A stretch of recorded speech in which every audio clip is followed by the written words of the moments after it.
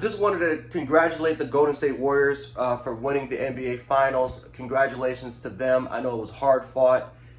It was, not the greatest situations in the world for Golden State, especially over the last couple of years. Really, ever since Kevin Durant's injury, Klay Thompson's injury, and that loss to Toronto, just really hasn't been the same for that franchise, man. But like I said, you can legit make an argument that Klay and Kevin Durant's injury kind of helped out the franchise because you had so many players really kind of step up for them during that 2021 season. During that 2020 season, and it really translated to this season where you really started to see that hard work really pay off, especially for a lot of those depth players. Some phenomenal stories on this franchise. I mean, you look at a guy like Otto Porter, his grandfather won the finals with the same team, and now he's gonna win it. That's a phenomenal story. Gary Payton, the great Gary Payton II, absolute just phenomenal job by him. His dad was at this point, dad was at this stage, and now you look at a guy like Gary Payton II, now he's there. Just absolute congratulations to this young man for doing everything he needed to do.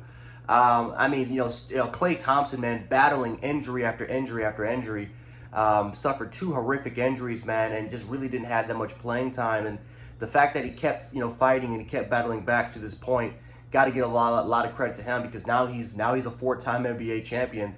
Draymond Green has been the leader of the team. We've heard a lot of controversial takes from Draymond, but despite everything else, guys, Draymond Green's a 4-time champion. So like him or hate him, he's reached this stage. So just congratulations to what he was able to accomplish this year. Stephen Curry, man, what he was able to do as his first finals MVP is a great story, man. I mean, you're talking about a guy that it was literally just him and Draymond Green after Klay Thompson's injury, Kevin Durant's departure. They didn't really have anybody on the bench.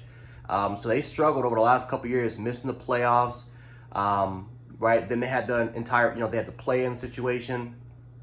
And it was just not the best. But, overall-wise, Golden State has been incredible for this year. And you look at guys like Jordan Poole, you look at guys like Otto Porter, Kuminga.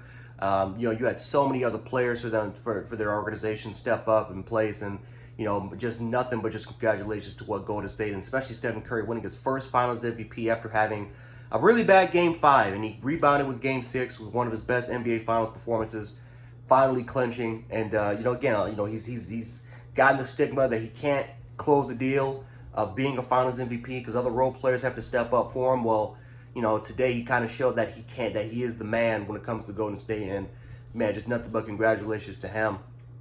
Finally, got to give credit to Andrew Wiggins. You're talking about a former #1 overall pick that's kind of been ridiculed for his entire career.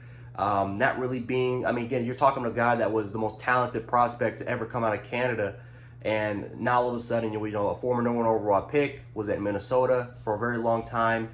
Couldn't really get the job done. Couldn't even make the playoffs with Minnesota, and now you look at him, you kind of fast forward all those years, and now he's an NBA champion. He's had a great finals. He's had a really good finals.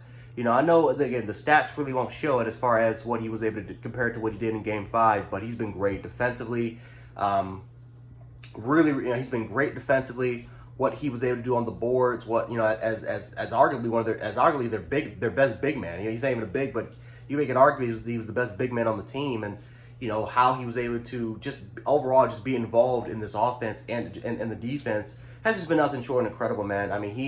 He went from being this quote unquote selfish player to now all of a sudden being this team ball player, kind of being more of a role player, and he's done a great job taking advantage of the role. So nothing but credit has to be given to what Andrew Wiggins has been able to accomplish with Golden State.